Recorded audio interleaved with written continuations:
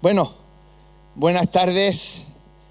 Para que no os durmáis esta tarde, vamos a empezar dando caña. El siguiente ponente es Carlos Canales, seguro que lo conocéis porque sale en todos sitios. Más a menudo lo vais a escuchar en La Rosa de los Vientos o lo escucháis en El Colegio Invisible los martes, el programa más golfo. Dime quién, ¿qué? ¡Ay! Y se me olvidaba. La escóbula de la brújula, menos mal, que si no Jesús, que estará por ahí, nos va a matar. Bueno, ¿qué queréis que os diga de él? Tiene no sé cuántos libros, no sé las veces que ha escrito artículos por todos sitios, pero lo que sí os puedo decir es que lo mejor que tiene es la cerveza. Tiene una cerveza que es espectacular. Es verdad. Bueno, sin más dilación, os dejo con él, que sé que os va a encantar. Ahí lo tenéis, Carlos Canales.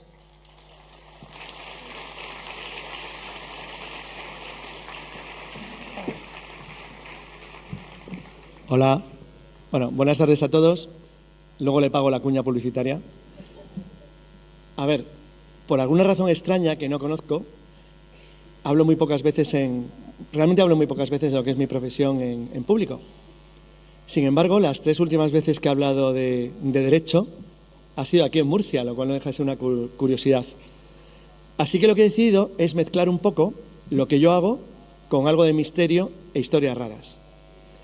Lo que van a ver es un cúmulo de historias raras, pero he intentado ordenarlas. Creo que desde la época de La Rosa de los Vientos, que ha citado Antonio, y aquí hay por lo menos un compañero mío de la época, de aquel tiempo, ya hablamos alguna vez de cómo se trataban leyendas, tradiciones o enigmas que perduran en el tiempo. Alguna vez hablamos de naves abandonadas. De naves abandonadas, o sea, lo que son conocidas habitualmente como naves fantasmas. El concepto no es exactamente el mismo, por eso quería mezclarlo con un tema de carácter jurídico, porque muchas veces algunos de los negocios más extraños y sorprendentes del mundo se esconden detrás del misterio o detrás de las leyendas, porque es una cobertura perfecta para desviar la atención como un mago hacia donde tú quieres que la gente mire, cuando en realidad tú lo que estás haciendo es otra cosa. De eso y de leyendas es de lo que vamos a hablar, pero de leyendas, como dice el título, de naves abandonadas, de naves perdidas o de naves fantasmas. Realmente la diferencia entre los 3 casos no es muy grande, porque en todos ellos lo que hay detrás es un extraño misterio y en muchos de los casos, un claro objetivo hacia cuestiones bastante extrañas. Empezamos. El primer grupo lo he denominado buques naufragados y hundidos. Esto es importante porque, y voy a empezar por un tema de legislación, la legislación internacional establece que los buques hundidos o naufragados, los propietarios, son los encargados, en teoría, de lo que ven ahí: señalización, balizamiento, prevención de contaminación marítima, etc.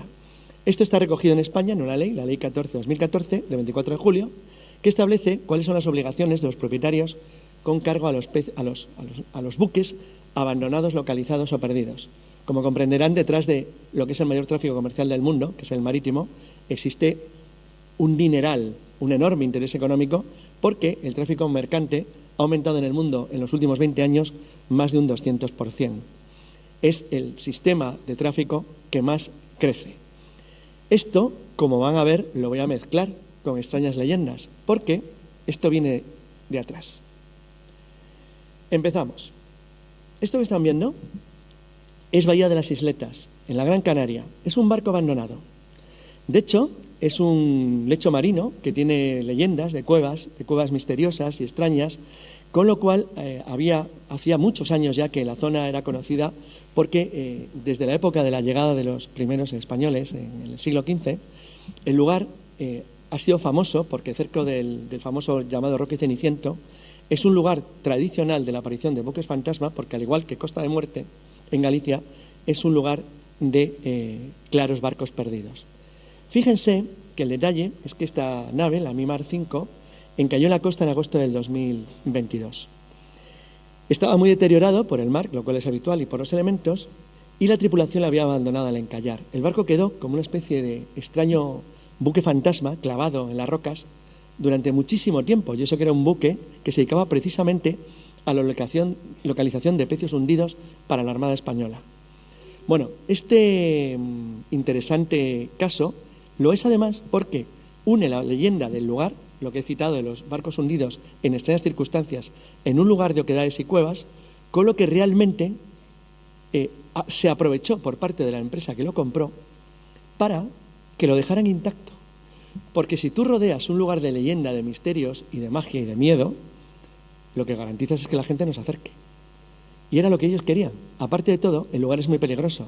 Es un lugar de rompientes donde es difícil acercarse hasta allí.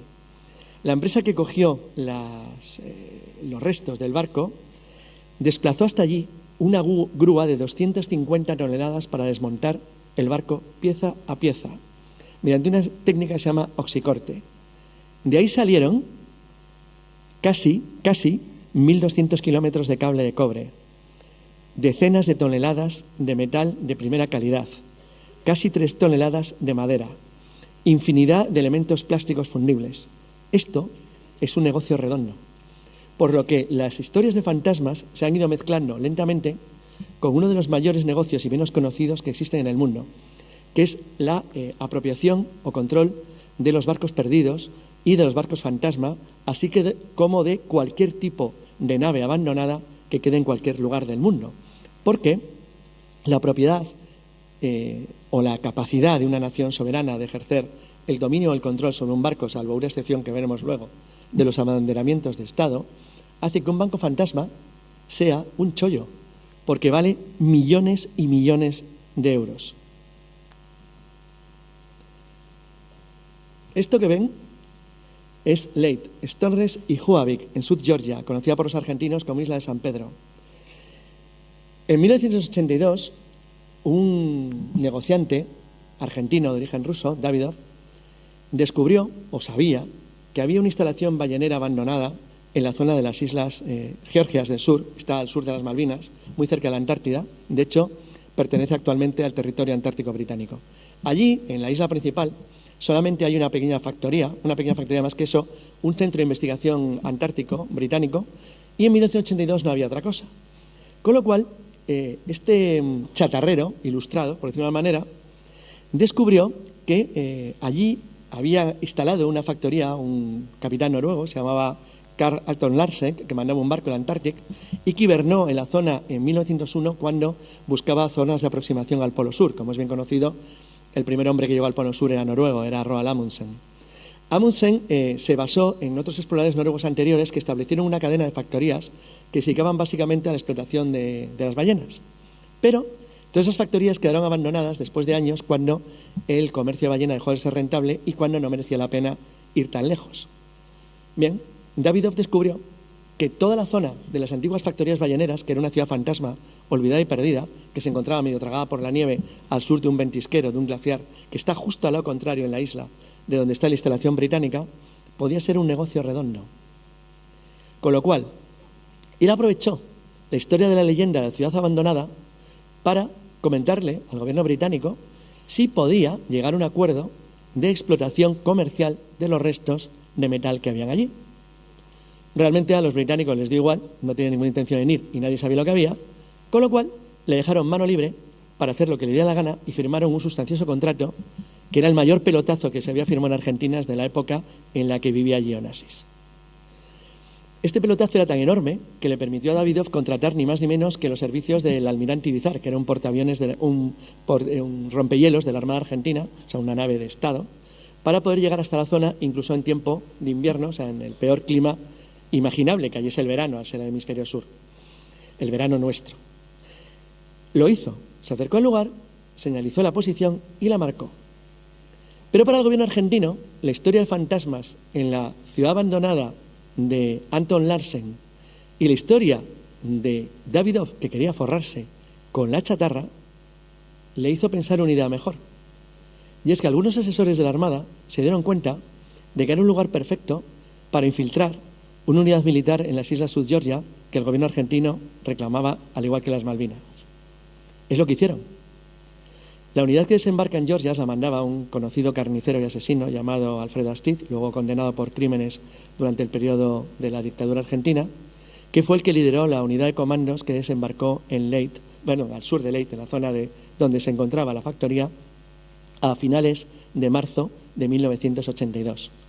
Unos días después, cuando llegaron allí, cuando estaban ya en la isla, para sorpresa de los chatarreros, los compañeros que iban con ellos dijeron que no eran exactamente lo que parecían y declararon la soberanía argentina sobre la isla de San Pedro, que es el nombre que tiene allí. Fue los preliminares de la Operación Rosario, que fue la invasión de las Malvinas 2 días después.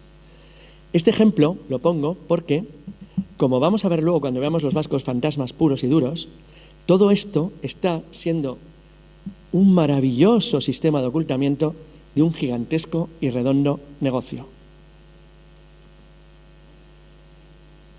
Esto es un lugar en el mar de Colombia, próximas a la península de Barú. Es un lugar que conozco yo, está muy cerca de Cartagena de Indias, y es realmente muy bonito. O sea, todas las islas del Rosario y las islas costeras que rodean la península donde se encuentra, donde está Cartagena de Indias, que está rodeado de, es un entorno realmente complicado por la vegetación y por la humedad y el calor, y además donde la población habita realmente, básicamente, lo que es la ciudad de Cartagena, un puerto muy importante, porque era parte de la cadena del envío de oro del Perú a través salían o bien de Cartagena de Indias o bien de Panamá y La Plata al norte, desde Veracruz en México. Este sitio era importantísimo porque era uno de los elementos de partida de las flotas de Indias. En el año 1708, durante la Guerra de Sucesión Española, hubo un encuentro entre un barco español y una pequeña flota británica. El caso es que uno de los barcos que iba allí, el San José, fue destruido y hundido. En el año hace aproximadamente unos 15 años, una empresa norteamericana de buscatesoros, de los que saben más o menos la zona de localización de barcos hundidos, localizó la posición exacta en la que se encontraba el San José. No sé si alguno han visto, hay incluso una serie de televisión, el famoso caso de la fragata Mercedes. Supongo que sí, porque una serie de televisión muy reciente. La fragata Mercedes es una fragata con una flotilla que venía cargada de, entre otras cosas, del dinero de caudales de las familias y de las tropas españolas destinadas al Virreinato de la Plata, que lo que es Uruguay y Argentina. Fue atacada por una flota inglesa cerca de las costas españolas del Cabo San Vicente y hundida. La fragata Mercedes hizo explosión y se fue al fondo del mar con una fortuna inmensa. Una empresa norteamericana, Odyssey, localizó el pecio e intentó apoderarse de él por todos los medios, incluyendo la eliminación de los transponedores, la localización del barco por satélite, para poder operar como auténticos piratas modernos y hacerse con el tesoro. Una vez que fueron descubiertos, esto generó un pleito jurídico muy largo, que es uno de los elementos por el que traigo este caso, porque nos va a servir para lo que contaré después, que hacía que el gobierno español reclamara el tesoro hundido, por decir que formaba parte de una nave de Estado, como era el caso de una nave española. Ahora veremos que los americanos se opusieron a ello y veremos también cuáles son los puntos de debate. Traigo el caso del San José porque hasta ahora he hablado o de lugares donde hay factorías abandonadas o de barcos que han quedado encallados. En ninguno de los casos hablamos todavía de lo que son buques fantasma. Estamos viendo todas las categorías. El San José llevaba 11 millones de monedas en oro y además de eso tenía también esmeraldas, algo de plata. Más o menos se ha calculado en función de lo que valía una moneda el escudo español, el doblón de A8, el real de A8, eran monedas de plata que constituían la moneda internacional del mundo en el año 1800. O sea, lo era en todo el siglo XVIII. Se llegaron a acuñar incluso una vez compradas tanto en lugares tan lejanos como China o la India. El caso es que calculando lo que aproximadamente valía en escudos una moneda, que era aproximadamente lo que carga en oro, que es aproximadamente unos 27 gramos, los americanos y los colombianos, porque esto está en aguas territoriales de Colombia, quédense con este dato, aguas territoriales de Colombia, nave con bandera española, estamos en 1708, y descubierta por una empresa de Estados Unidos. Se hizo un cálculo aproximado de cuánto puede valer el tesoro de San José. No sé cómo andan de finanzas, pero se lo voy a decir. En la valoración última, que es del año pasado, lo que hay dentro de San José vale 16.800 millones de euros. Como comprenderán, es un pequeño negocio. Esto significaba que había tres posturas sobre el debate. La de Estados Unidos, que dice que tiene derecho a ello porque lo han descubierto. Pero bueno, también tiene un elemento de algo de chulería. Una cosa es que lo hayamos descubierto, dicen, pero es que además somos los únicos que podemos bajar allí y sacarlo. Ellos han llegado a un acuerdo con el gobierno colombiano para repartirse la mitad de los restos. Luego está la tesis colombiana, se encuentra en aguas jurisdiccionales suyas, por lo que los colombianos dicen que es suyo por estar en sus aguas jurisdiccionales y porque además, y esto es importante, la nave tenía bandera española, pero en aquel entonces ese territorio pertenecía al Virreinato de Nueva Granada, que era parte de la corona española. Y como los españoles en eso somos muy bocachanclas y decimos que todo el mundo es bueno, siempre hemos dicho que no había colonias, que eran provincias y que por lo tanto los colombianos eran tan españoles como nosotros, cosa que Colombia ha tomado bien nota. Y luego estamos nosotros. España se basa en el principio de inmunidad soberana, que es lo que sostuvo en el pleito de la Mercedes, que se ganó, por cierto, que no lo he dicho, y el gobierno, la empresa Odyssey fue obligada por el gobierno por la justicia americana, en cumplimiento de la normativa, de la ejecución de la sentencia, a devolver el tesoro que había cogido. En el caso de España, lo que sostiene es que la bandera española era la del barco, pero, a diferencia de otros casos en los que pudiera alegarse que Colombia era Estado sucesor, España alega que tiene una pequeña diferencia. Esa pequeña diferencia que tiene es que España sigue existiendo. Con lo cual, aunque Colombia fuera parte de España, fue ella quien se separó. Nadie los echó. Y por lo tanto, el San José es un buque soberano español. Este pleito va a durar una eternidad, porque lo que se juega es muchísimo. Aquí entraremos en un debate que yo no voy a entrar, porque voy a hablar de otros temas más misteriosos, pero para resumirlo, digamos que el gran conflicto estaría en que la legislación española de momento impide la destrucción del patrimonio histórico. Cosa que, y esta es mi opinión, esto es un absurdo. ¿Para qué quieres 11 millones de monedas de oro? Te quedas con unas cuantas para los museos y el resto lo fundes, que es lo que quiere hacer el gobierno de Colombia, conjuntamente, obviamente, con la empresa americana con la que ha pactado el 50%. Con esto hemos visto los tres casos esenciales de por qué los barcos, que vamos a ver ahora, valen tanto. Ya sea porque son barcos que han encallado o se han perdido, ya sea porque son restos de factorías o instalaciones o barcos naufragados, o bien porque sean pecios cargados de tesoros, el dinero que hay en el mar es inmenso. Y como no cabe la propiedad sobre lo que se encuentra en aguas internacionales al cabo de un tiempo, hay gente a la que incluso le interesa que los barcos perdidos se conviertan en barcos fantasmas. Porque un barco fantasma fuera de aguas territoriales o jurisdiccionales, una vez que pasa el tiempo, por la ley del mar de carácter internacional, le da un enorme derecho de propiedad al descubridor.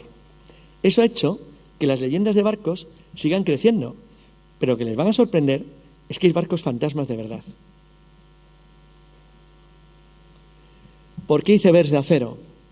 Les he dado este nombre porque las historias de barcos fantasmas en el mundo moderno occidental derivan todas de un capitán holandés. Este señor al que cito aquí, Hendrik van der Decken, en realidad se llamaba Bernard Fock. Bernard Fock era un capitán holandés que hacía la ruta de las Indias Orientales, que desapareció con su barco porque dicen que hizo un pacto con el diablo, y él pedía en el pacto que ningún fenómeno natural, huracán, tempestad o corriente marina, le pudiera afectar a la navegación. Y debido a eso condenó su alma. Y la condena que recibió es que a cambio de poder navegar sin daño, nunca podría tocar puerto durante toda la eternidad. La leyenda del holandés errante se fue transmitiendo de puerto en puerto a lo largo de todas las variantes que había, porque es una leyenda plural, existen muchísimas variantes, incluso se han rastreado algunas en tiempos clásicos, lo cual quiere decir que, como muchas otras leyendas, entre comillas, urbanas, se transmiten y se dan de generación en generación, pero digamos que esta es la leyenda canónica, la que oficialmente representa a los barcos fantasmas. ¿Por qué icebergs de acero? Porque los barcos perdidos tienen el mismo riesgo que un iceberg en alta mar.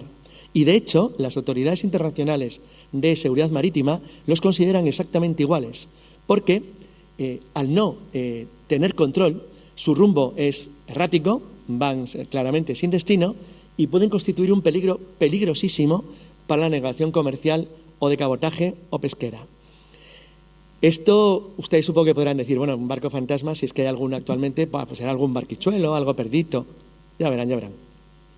Empezamos.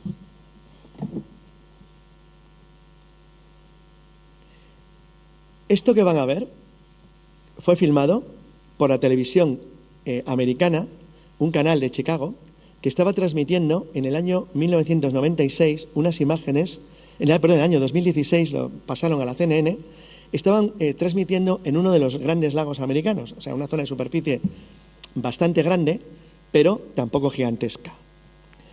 Lo que van a ver no tiene truco de ningún tipo. Es la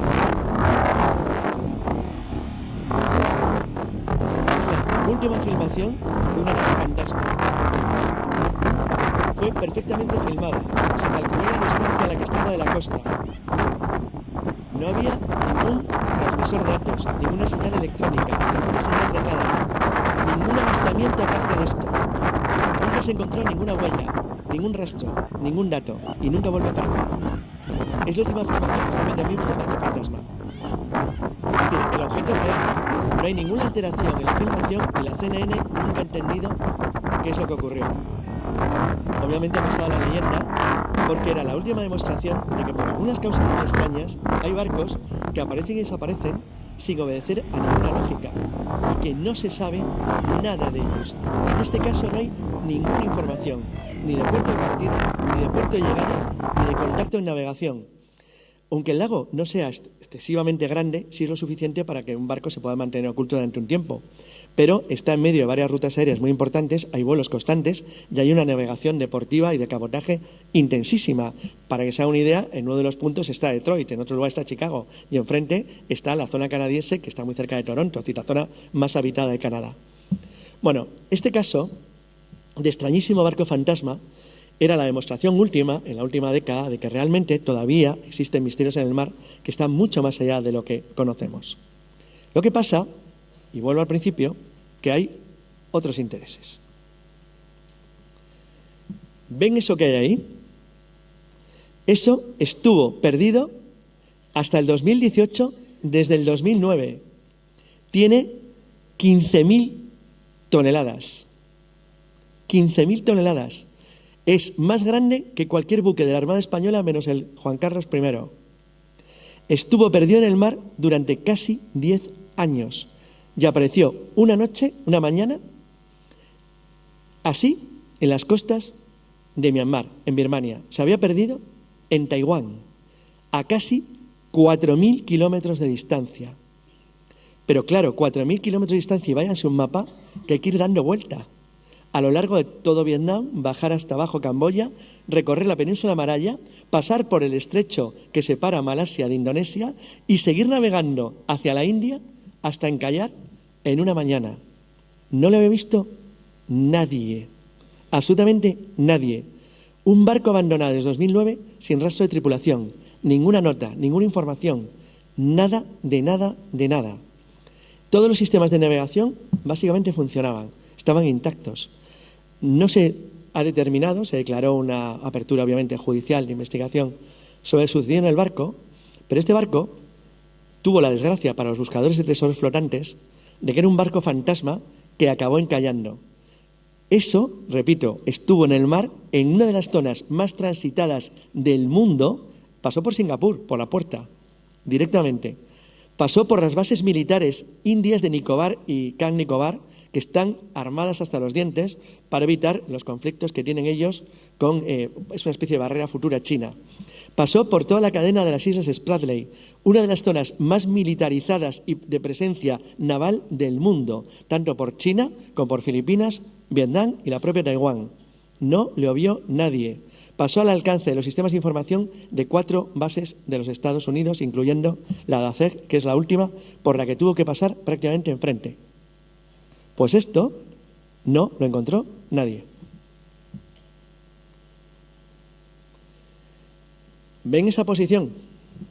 Que ve ahí 49 grados, 22 minutos norte, 44 grados, 5 minutos oeste. Eso es una localización de la Agencia Nacional de Inteligencia Geoespacial de los Estados Unidos del 22 de febrero de 2013. Los sistemas de control de NORAD del Sistema de Defensa de la OTAN en el Atlántico Norte localizaron una radiobaliza de siniestro, lo que se llama EPIRB o Sistema de Indicación de Alerta de Emergencia, que es un transmisor que forma parte de pequeñas boyas que se activan de manera automática cuando entran en el agua, bien por un naufragio o por un impacto. Estas señales se envían de manera automática, digital y analógica por satélite a 406 MHz y también por una emisión de radio estándar a 121,5, que son bandas de conocimiento para que cualquier sistema de alerta naval, civil o militar localice un buque. Bueno, esta señal, como ven, fue captada el 22 de febrero de 2013. Aparentemente, los sistemas de la Agencia Nacional de Inteligencia Geoespacial no encontraban ningún sistema en la emisión electrónica que correspondiera a ningún barco en activo. Esto lo llevan todos los barcos, estas radiobalizas, de manera que si ustedes van a Internet verán que hay páginas que les muestran todos los barcos que están navegando ahora mismo en el mundo. Todos. En tanto tengan encendido el sistema de transmisión, están localizados. Todos ellos tienen, obviamente, su ruta anunciada a sus comandancias marinas de puerto, a sus sistemas de seguros, etc. Esto no respondía a nada. A nada. Comunicaron automáticamente al centro de control de navegación suyo en Maryland, en Estados Unidos, que la señal era indetectable, podía significar obviamente un contacto no localizado. Obviamente eso significa en código TAN un enemigo que no se ha identificado, que no tienen localizado o captado. El sistema lo localizó muy rápido. Se trataba de la nave MV Lyubov-Orlova, una nave rusa, un rompehielos, desaparecido en el Atlántico Norte, es decir, hace años, localizado por última vez a 1.300 millas al oeste de Irlanda el 12 de marzo de 2013.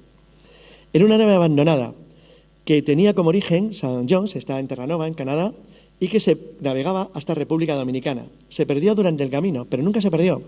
Se perdió la tripulación. El barco fue localizado repetidas veces, pero nunca se pudo encontrar nada. Eso ya va siendo más raro. Ahora observen esto.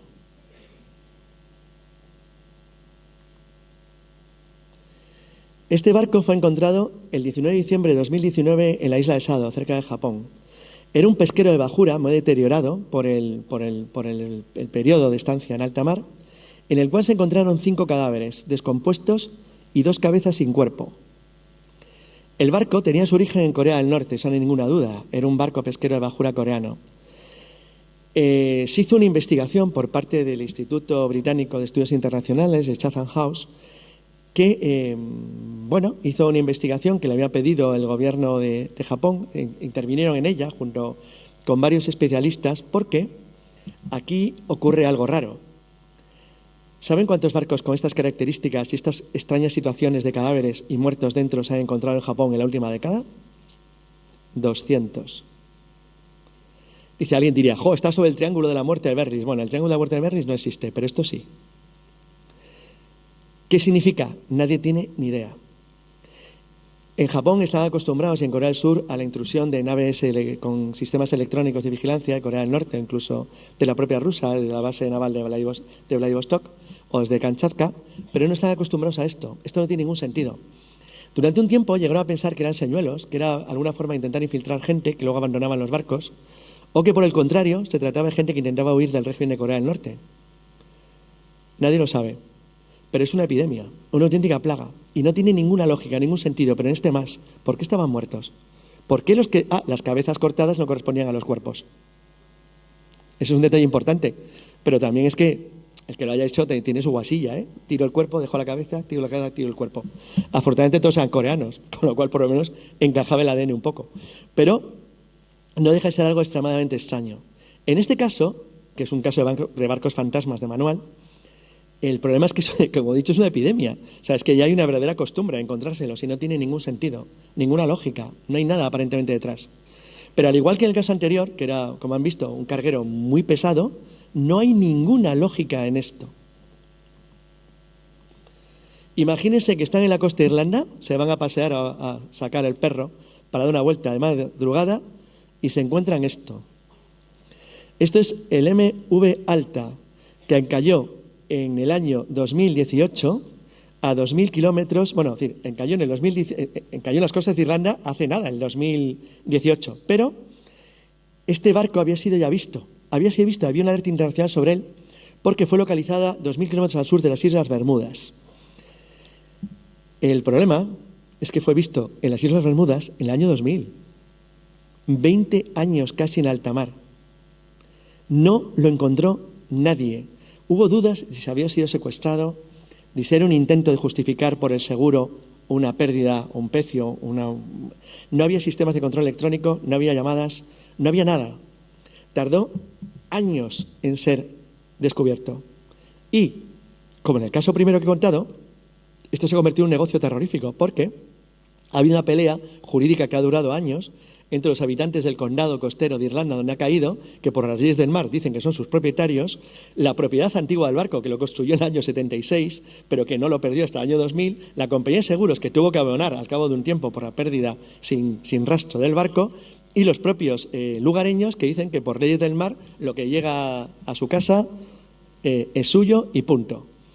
Esto sería el caso principal, como en el caso de Rangún, de lo que busca la gente cuando hay empresas dedicadas a la búsqueda de barcos como este en alta mar. Todos los años desaparecen una decena más o menos de grandes buques. Una decena. El número de barcos desaparecidos es gigantesco, pero algunos vuelven a aparecer o encallan o se hunden y se conoce el resto. O por lo menos hay noticia de que ha podido perderse. Pero esa decena de barcos que desaparecen sin rastro son gigantescos. Y además eran barcos con tripulaciones importantes. ¿Y qué ha sido de ellos? ¿Dónde están? Pues en casi ninguno de los casos hay nadie dentro. No hay cadáveres, no hay muertos, no hay señales de socorro, no hay lanzamientos de bengalas, no hay radiobalizas, no hay transponedores, no hay nada, nada, de nada, de nada. Todo esto estaría muy bien y podría ser una especie como de explicación general de lo que ocurre en los mares, porque, como podrán imaginarse, esto lo que mueve es un enorme dineral. Hay empresas ya especializadas, tanto en la búsqueda de tesoros submarinos, como sería el caso que he contado al principio, que saben que un porcentaje gigantesco del oro del mundo está bajo el mar, y en gran medida en naves españolas, como por aquellos que intentan por todos los medios la localización de grandes bloques o grandes volúmenes de acero o de metal en el mar sin control, porque pueden suponer la existencia de barcos que se han perdido, que han sido abandonados o que han desaparecido.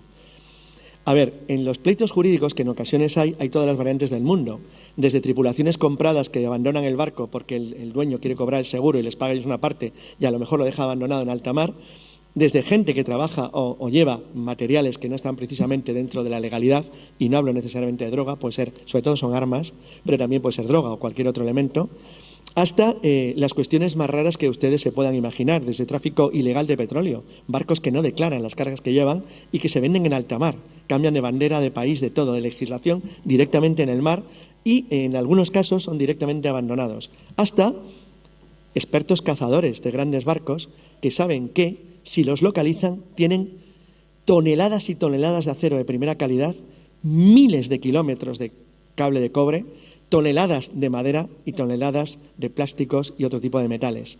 Solamente en algunos casos, solamente metales preciosos como el platino, que va en los componentes de algunos elementos electrónicos, pues se pueden obtener verdaderas fortunas. Entonces, claro, hay cada vez más empresas interesadas en los rastreos y sobre todo se sabe que hay también una cierta, interés por parte de compañías de seguros en averiguar qué ocurre con estos barcos por razones obvias.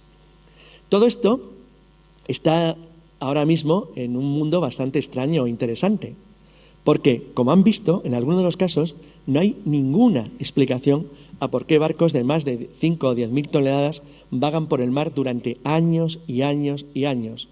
Entonces alguien dice, es que está todo controlado por satélites, es que lo vemos todo, es que lo encontramos todo, no encontramos nada ni vemos nada. En el mundo sigue siendo muy fácil esconderse a pesar de toda la tecnología. Pero no voy a acabar con la Tierra, porque las naves abandonadas no tienen que estar solamente aquí. Entonces la cuestión que yo les diría es, ¿las hay en el espacio? A ver, toda la chatarra espacial, o sea, los objetos artificiales que se encuentran en la órbita terrestre, se trata básicamente, es una descripción que ven en la pantalla, de naves no funcionales, etapas abandonadas de vehículos, escombros relacionados con misiones por fragmentación, desintegración, erosión o colisiones, a lo que se suma partículas no quemadas de motores de cohetes que luego caen a la Tierra. Todo esto da vueltas ahora mismo en torno a nuestras cabezas y empieza a ser ya un peligro muy serio, pero es que además es un volumen enorme. Entonces, la chatarra espacial, ya en el año 2014, la Agencia Espacial Rusa propuso la construcción de una especie de aparato con financiación internacional que fuera eliminando o que fuera cazando todos los objetos que dan vueltas a una órbita geoestacionaria, porque son complicados y peligrosos para los satélites que están allí posicionados, y además porque si se destruyen o si chocan, pueden además convertir cualquier golpe en una especie como de metralla espacial que iría dañando los sistemas de comunicación, por ejemplo GPS, con los que funcionan los móviles que tienen ustedes. Esto, el cálculo de la Agencia Espacial Rusa es que se elevaba a unos 300 millones de dólares y fijaron un plazo de 10 años, pero las consecuencias de lo que ha pasado luego en Ucrania y otros sitios ha ido haciendo que esto vaya perdiendo fuelle, pero eso no significa que no sean conscientes de que tenemos un problema. Pero aparte del problema de lo que es la chatarra, hay otro más. Y es que ahora mismo en la Luna está lleno de objetos que los seres humanos hemos ido dejando allí. Con lo cual se tomó la decisión por parte de las agencias espaciales de Japón, de Europa, la ESA, Estados Unidos y Rusia, y luego China y la India, de hacer un inventario completo de toda la basura y porquería que vamos dejando en el espacio. Eso sí, se excluyeron una exclusión, y es que Alan Shepard decidió jugar al golf con la Apolo 14. Entonces las pelotas de Alan Shepard que quedaron en la Luna nos han contado. Pero salvo las pelotas de golf, que como comprenderán no son muy grandes, hasta las 68 bolsas de caca que los seres humanos hemos dejado están contadas, una a una. Son 382 kilos de rocas lunares lo que nosotros nos hemos traído de la Luna, pero nosotros hemos mandado más de una tonelada de porquería que está ahora mismo en la superficie lunar. Lo que se decidió era geolocalizar en la Luna todos los lugares donde los seres humanos hemos dejado porquería. Eso está muy bien y no tiene mayor importancia, pero hay una historia muy curiosa.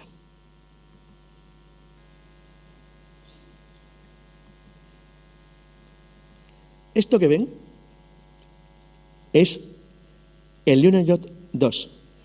Se encuentra a 34,72 grados de latitud y 14,91 de longitud en la Luna. Llegó allí en septiembre de 1971, llevado por una sonda espacial rusa. El objetivo de este vehículo, que es un robot no tripulado, se llamaban Astro... de un nombre muy bonito, eran Astro... no sé qué. El Lunokhod formaba parte de una familia de robots. Los robots móviles tienen 8 ruedas, son una especie como de bañera metálica, un poco rara, con una especie de payera colocada arriba. Y estos bichitos tenían como misión explorar la Luna con carácter autónomo, dirigidos por la Tierra, desde la Tierra, y localizar e identificar posibles zonas para un alunizaje ruso en la superficie lunar. Llegaron un poco después, como han visto, del Apolo, por la fecha, del Apolo 11 con Armstrong, pero los rusos tenían en cambio la obsesión de construir una nave autónoma, algo que no hiciera falta ir a la Luna, sino que pudiera ser dirigido desde la Tierra. Esto mide en total, para que lo vean, esto que ven en la pantalla mide unos 2,22 metros de largo, tiene unos 60 de alto, o sea, es bastante grandote, y pesa unos 760 kilos.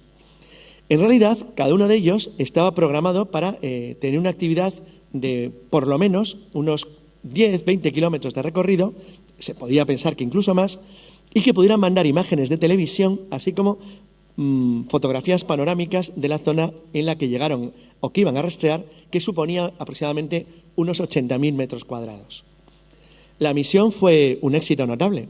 Los Lunokhod llegaron allí y consiguieron emitir, porque una de las cuestiones que llevaban es que llevaban una prueba francesa que para los rusos era muy importante y para todo el mundo en general.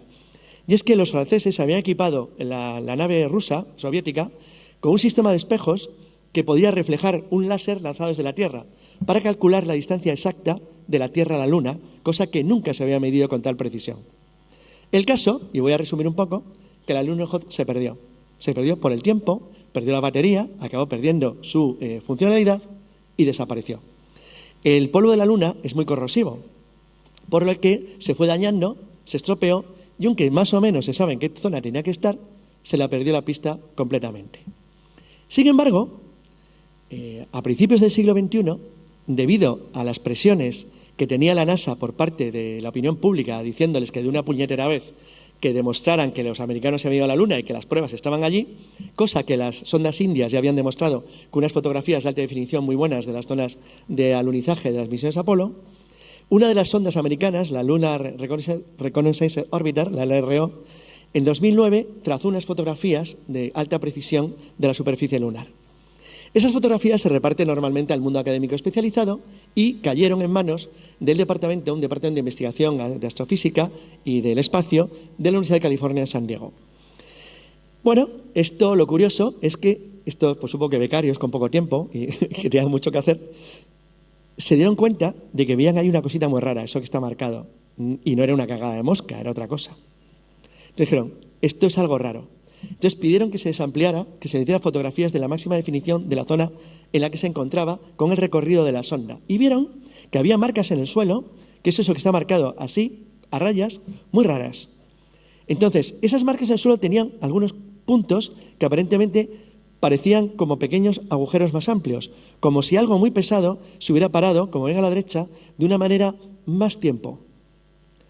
Bueno, no tardaron mucho en darse cuenta de que habían descubierto una sonda rusa, la Lunoyot 1 y la Lunoyot 2, localizadas después de años y años y años perdidas. Y a los estudiantes y a la gente que lideraba un científico llamado Tom Murphy del observatorio Apache Point en Nuevo México, se les ocurrió una idea. Primero, ¿y si localizamos al que programó esas ondas? A ver dónde anda. Y se encontraron a un viejecito que vivía en Estados Unidos, se había en el año 90, al que era la Unión Soviética, al que no sé si por las buenas o por las malas le sacaron los sistemas de programación de estos bichos tan antiguos. Y se les ocurrió una idea. Dice, dado que tenemos el observatorio Apache Point en Nuevo México y nos sobra la pasta, porque a esto te tiene que sobrar la pasta, ¿qué pasaría si calentamos los retrorreflectores de las naves rusas con un rayo láser? Bueno, el Lunoyot 2 no daba respuesta, le lanzaron 750 fotones con un rayo láser, que hay que ser un rayo láser gordo, desde la Tierra, pero ni puñetero caso. Sin embargo, de repente, el Lunoyot 1, que es más antigua, al cabo de unos días, reaccionó y empezó a emitir pulsos. Con lo cual, la Universidad de San Diego se hizo con el control de una nave de la antigua Unión Soviética en la superficie de la Luna. Esto tiene un problema, y volvemos a los barcos. Si tú tienes una nave en la Luna, ¿de quién es? La he encontrado yo, está perdido. La normativa marítima internacional y por ende la del espacio se puede aplicar por analogía, con lo cual dijeron los americanos, la universidad es nuestra. Pero dijeron los rusos, de eso nada. Esa nave tiene bandera de Unión Soviética, es una nave de Estado y como herederos de la Unión Soviética es nuestra. Y dijeron los americanos, tampoco sería vuestra porque se lanzó desde Baikonur, que también es heredero de la Unión Soviética y está en Kazajstán. Rusia dijo que no, que el sitio de lanzamiento de Baikonur sigue siendo de soberanía rusa, aunque se encuentre en la República Independiente de Kazajstán. Empieza el debate. No hubo debate, porque la marca que fabricó esa sonda, la Lavoching, muy famosa por algunos aviones en la Segunda Guerra Mundial, estaba sin un puñetero duro, estaba a 2 velas. Y como no tenía dinero, había convencido al gobierno ruso en los años 90 de subastar la sonda. De subastarla, en serio, en pública subasta. Entonces alguien diría, pero si no sabemos dónde está, dice, bueno, seguro que hay algún pringao que la compra, por tener un souvenir en la Luna. Bueno, pues hubo un pringao que la compró. La compró por $68.000 en una subasta en Sotheby's. Entonces, se llamaba Richard Garrott, la compró por $68.000 y Garrott es hijo de un astronauta del programa Apolo. Y le hacía ilusión tener algo en la Luna. Entonces, como le sobraba el dinero, pues se compró una sonda rusa. El problema es que no sabía dónde estaba. Entonces, cuando los americanos, de nuevo, desde San Diego la descubren, nadie se había dado cuenta de que la sonda era privada y que formaba parte de un señor que la tenía en su poder. Y tenía los datos del gobierno ruso, heredero de la Unión Soviética, que certificaba la venta en Sotheby's de la sonda Lunoyot 2. El caso es que era más complicado todavía, porque el Tratado Internacional del Espacio establece que ninguna potencia puede establecer soberanía sobre ningún territorio en el espacio exterior. Pero no dice nada que no puedas tener un objeto mueble en el espacio exterior. Dice, usted no podrá declarar como Estados Unidos o como Inglaterra o como Alemania un espacio lunar como suyo. Pero a mí, ¿quién me dice que yo no puedo tener montado un búrguer allí para el primer astronauta que llegue?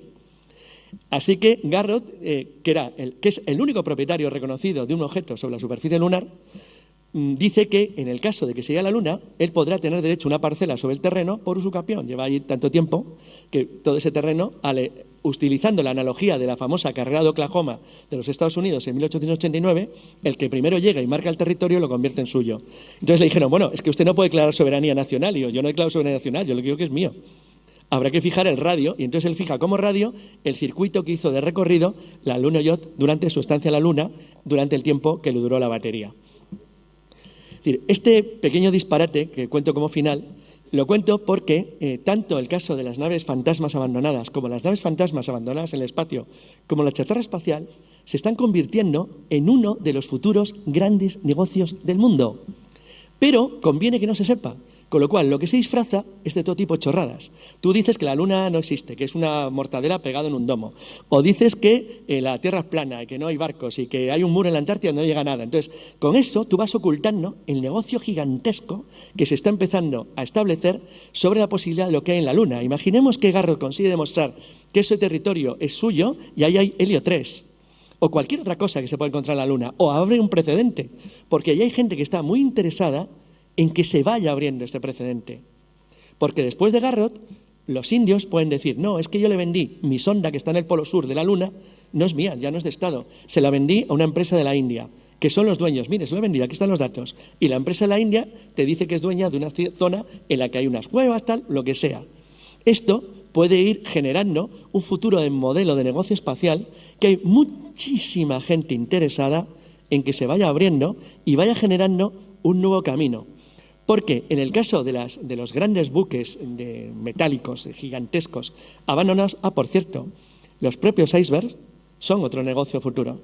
Y de hecho ya hay algunas planificaciones para utilizarlos, por ejemplo, para arrastrarlos incluso, para llevar agua. Por ejemplo, hubo un proyecto para llevar uno hasta Arabia Saudí. Le daría agua para 25 años. Irrigaría una parte inmensa del desierto. Entonces, ¿se puede llevar un iceberg hasta Arabia? Pues sí, se puede. Ya hay trabajos en ello. Pero en el caso de los barcos es mucho más interesante, porque hay ya gente muy especializada en alquileres de satélites públicos o privados, que se alquilan para localizar zonas en las que se sabe que hay barcos, a lo mejor hay datos de un gran barco perdido, o incluso para apoyar la localización de pecios sumergidos o para la búsqueda submarina de zonas en las que se sabe que tiene que haber barcos hundidos. Por ejemplo, el archivo de Indias está lleno siempre de investigadores que intentan localizar barcos. Es cierto que hay otro debate a nivel jurídico entre los estados, que es la negativa de muchos de ellos a reconocer como accesibles a la gente los barcos que tengan bandera de Estado. Pero el debate por lo menos está abierto. Y en cuanto al misterio de por qué algunas naves siguen desapareciendo, no lo sé. Es decir, hay investigaciones en cada uno de los casos, pero como han visto, hay muchísimos que salen completamente de lo normal. Y como me han dicho que tengo solo hasta las 6, puedo elegir el tiempo de preguntas, así que si quieren tenemos unos 10 minutos como mucho. Quedo a su disposición.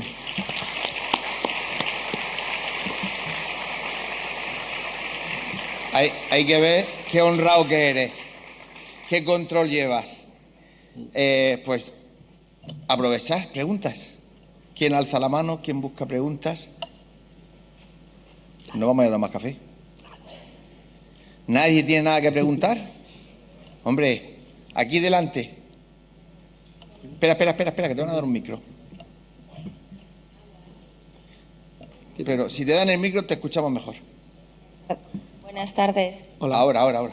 ¿Conoces algún caso de algún barco que haya desaparecido y luego haya aparecido con la tripulación? Con tripulación ninguno. Casi todos aparecen, o lo increíble es que ni siquiera suelen aparecer, salvo los casos de Japón, de Isla Sado, que son muy conocidos, los cadáveres no suelen aparecer, no hay nadie, se encuentran vacíos. Fíjate, no he traído casos famosísimos como el Mar y Celeste o alguno de estos, porque son mucho más conocidos y forman parte ya de la leyenda del mar. Pero a mí lo que más me llama la atención de todos estos casos, aparte de que no los encuentren, cómo no encuentras un barco de 15.000 toneladas durante una década en un lugar donde hay navegación constante, es que nunca hay nadie. Y muchos de ellos están operativos, pueden navegar. Es una cosa sin explicación. No hay nada En algunos casos, como el Mar y Celeste, había un diario, el capitán mantenía un diario que se mantiene. Sabéis que en el Mar y Celeste incluso se encuentra la comida todavía en las mesas, todo, como si hubieran abandonado de golpe el barco. En algunos de estos grandes barcos hay la sensación de que tuvieron que abandonarlo muy deprisa, como si hubiera pasado algo. O sea, que todos los enseres estaban... Todo. Algunos, por eso se ha localizado muchas veces a la tripulación, porque se conservan, aparte por el seguro y por las navieras, los nombres de las personas, las familias, quiénes son, de dónde vienen, cartas, elementos personales, nada. Se encuentran y no hay nada. En este carguero, el Irlanda, el MV Alta, por ejemplo, porque en el de Birmania pasó lo mismo, pero claro, es que son barcos que llevaban más de una década en alta mar vacíos, sin nadie. Entonces, claro, lo que te llama la atención es que en muchos de los casos a la tripulación se le había dado por desaparecido por los vencimientos de derecho civil de sus respectivos países, y se les consideraba como muertos por desaparición.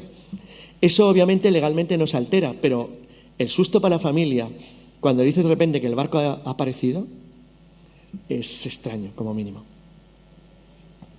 ¿Más preguntas aquí? Delante. Gracias. Ahí tenemos una. El que más cerca esté, por favor. Levanta la mano, ahí lo tienes. Ahí te llega, ahí lo tienes. Hola. Con respecto a que varios países... Sube el micro, por favor. Con respecto a que varios países están creando ejércitos o armadas o no sé qué nombre del espacio, ¿puede tener que ver con este tema de soberanía de la Luna, por ejemplo, y sus materiales y no tanto con guerras? A la larga, sin duda alguna. Los chinos han probado hace unas semanas, por lo menos así lo ha declarado Estados Unidos, una simulación de combates entre naves suyas en el espacio. Estados Unidos tenía ya programada una misión parecida, que iba a hacer exactamente lo mismo, para los próximos meses, que se llama algo así como bruma extraña, algo parecido, y la van a hacer igual. Sí, yo estoy convencido de que tarde o temprano, al igual que ocurre con la Antártida, la soberanía sobre territorios del espacio se va a cuestionar. Pero yo creo que eso empezará como ocurre siempre, empezará como pasó en la Conferencia de Berlín de 1885, cuando alguna nación, estado o agrupación de estados pueda declarar soberanía de facto, es decir, aquí estoy yo. O sea, yo estoy convencido que el primero que consiga una estructura o un espacio de explotación minera o de lo que sea en la Luna, lo va a intentar, seguro. Más preguntas. Una pregunta. Cuando España ganó el juicio de Nuestra Señora de las Mercedes y cogió el tesoro y lo metió en un almacén, es un poco luego tener con el que has comentado ahora, el ir al fondo del mar a sacar otro tesoro para meterlo en otro almacén. De hecho, no se ha devuelto entero todavía, ¿eh? Pero no hay ninguna intención, yo no sé, de ponerlo en un museo o algo así. La Mercedes no se ha recuperado todavía. Es decir, está en vía de ejecución, se supone. Lo tienen que devolver. Hay una parte que sí se entregó y efectivamente la normativa española actual. A mí me hizo una entrevista en la radio de un disparate monumental y me dijeron que por qué España no sacaba todo el oro del mundo. Y bueno, primero porque no puede, y segundo, todo el oro del mundo que tiene en barcos españoles, me refiero, que hay un potorrón. Y me acuerdo que la entrevistadora me dijo, ¿eso acabaría con la deuda española? Digo, no, con la deuda del mundo, literalmente. Es decir, pero el problema no es ese. El problema es que, primero, tú tienes dos temas. Tienes que sacarlo, que es caro. Segundo, tienes que cambiar la legislación. Efectivamente, la legislación española ahora mismo no permitiría, tal y como está, la destrucción del tesoro. No tendría ningún sentido. En eso, y lo digo claramente, los colombianos tienen mucha más sensatez y los americanos que nosotros. No tiene ninguna lógica. Tiene lógica el guardar algo desde el punto de vista de investigación histórica, arqueológica, pero guardar porque sí, millones y millones de monedas que son casi iguales, una vez que las has hecho un regalito de una cada una a todos los museos del mundo, sinceramente no tiene mucha lógica. Aparte de eso, hay otro problema, que es que no tendría, también le dije a la entrevistadora, que ya puestos a hacer eso, ¿para qué perder el tiempo? Podemos vender las meninas o el Escorial, acabamos antes. Arriba es más difícil. Venga, Sí. pues dale fuerte. Se te escucha, ¿eh? Las compañías aseguradoras saben que hay un negocio detrás de esto. A veces se las ha acusado de estar incluso detrás en algunos casos. Porque si el barco desaparece, en ciertas condiciones, no siempre tienes que pagar. Hay muchas historias. Lo que intentan demostrar muchas veces es que hay una mano negra detrás de todo ello, y yo personalmente creo que es verdad. Yo en dos casos que conozco de barcos más pequeños, no barcos obviamente tan grandes y tan conocidos, hubo claramente, o bien sospecha de tráfico ilegal de materiales, en este caso de nudos armas, o en el otro, claramente un intento de estafar a la compañía aseguradora haciendo que la tripulación abandonara el barco en alta mar. La verdad es que tampoco es tan sencillo, porque en uno de los casos que se conoce, la tripulación que lo abandonó luego tuvo un accidente, porque no es tan sencillo dejar un barco así como así.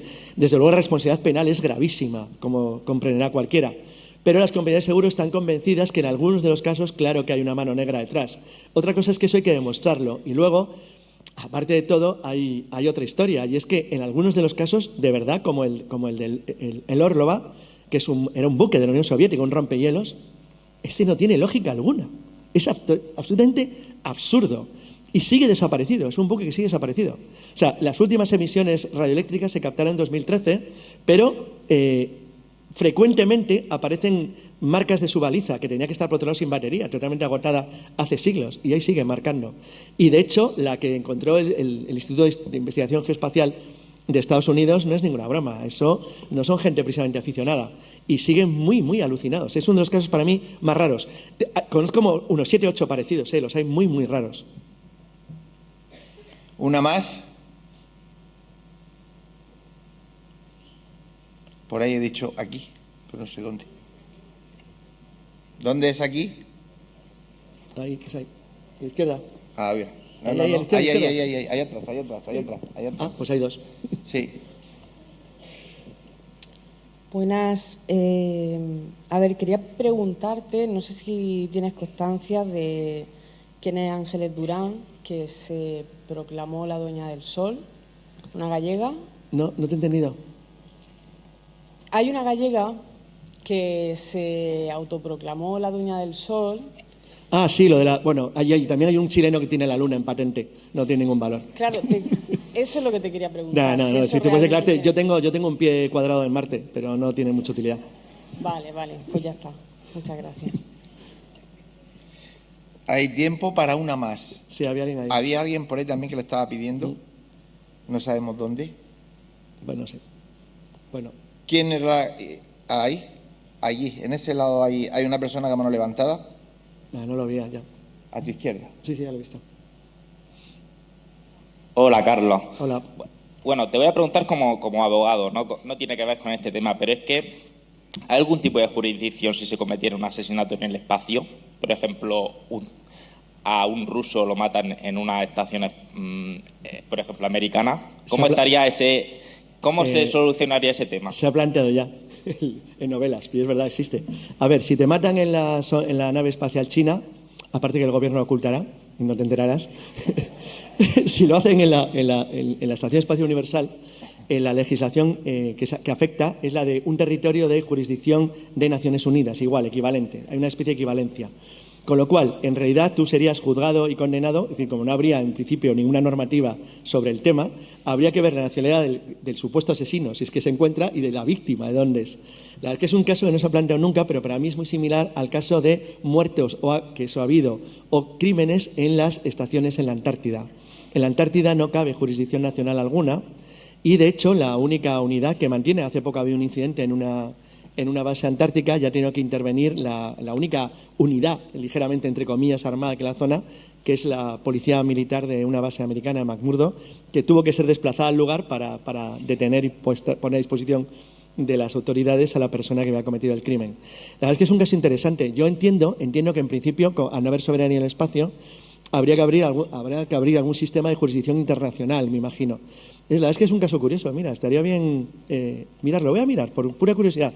Porque en la base antártica, supuestamente, en la zona de la base, se aplica, o se supone que se aplica, la legislación nacional del Estado que la construye. Por cierto, si lo que hace es morirse y genera una herencia o casarse, en cambio se aplica su legislación civil, esté donde esté. Lo cual es un caso curioso, porque la parte civil va con la persona, no con el lugar. Entonces, esto es un caso interesante que se ha dado hace poco, porque como se dejaron a 2 pobres dando vueltas en la estación orbital durante más de un año, y si no llegue la nave Elon Musk, probablemente ahí seguían comiendo, no sé si les quedaba ya algún sándwich o algo así, a base de dar vueltas, se hubiera podido plantear un caso muy curioso. En ese caso los 2 eran de la misma nacionalidad, con lo cual el programa hubiera sido, para mi gusto, menor. Vale, gracias. Pues ya no hay tiempo para más, así que darle las gracias a Carlos Canales.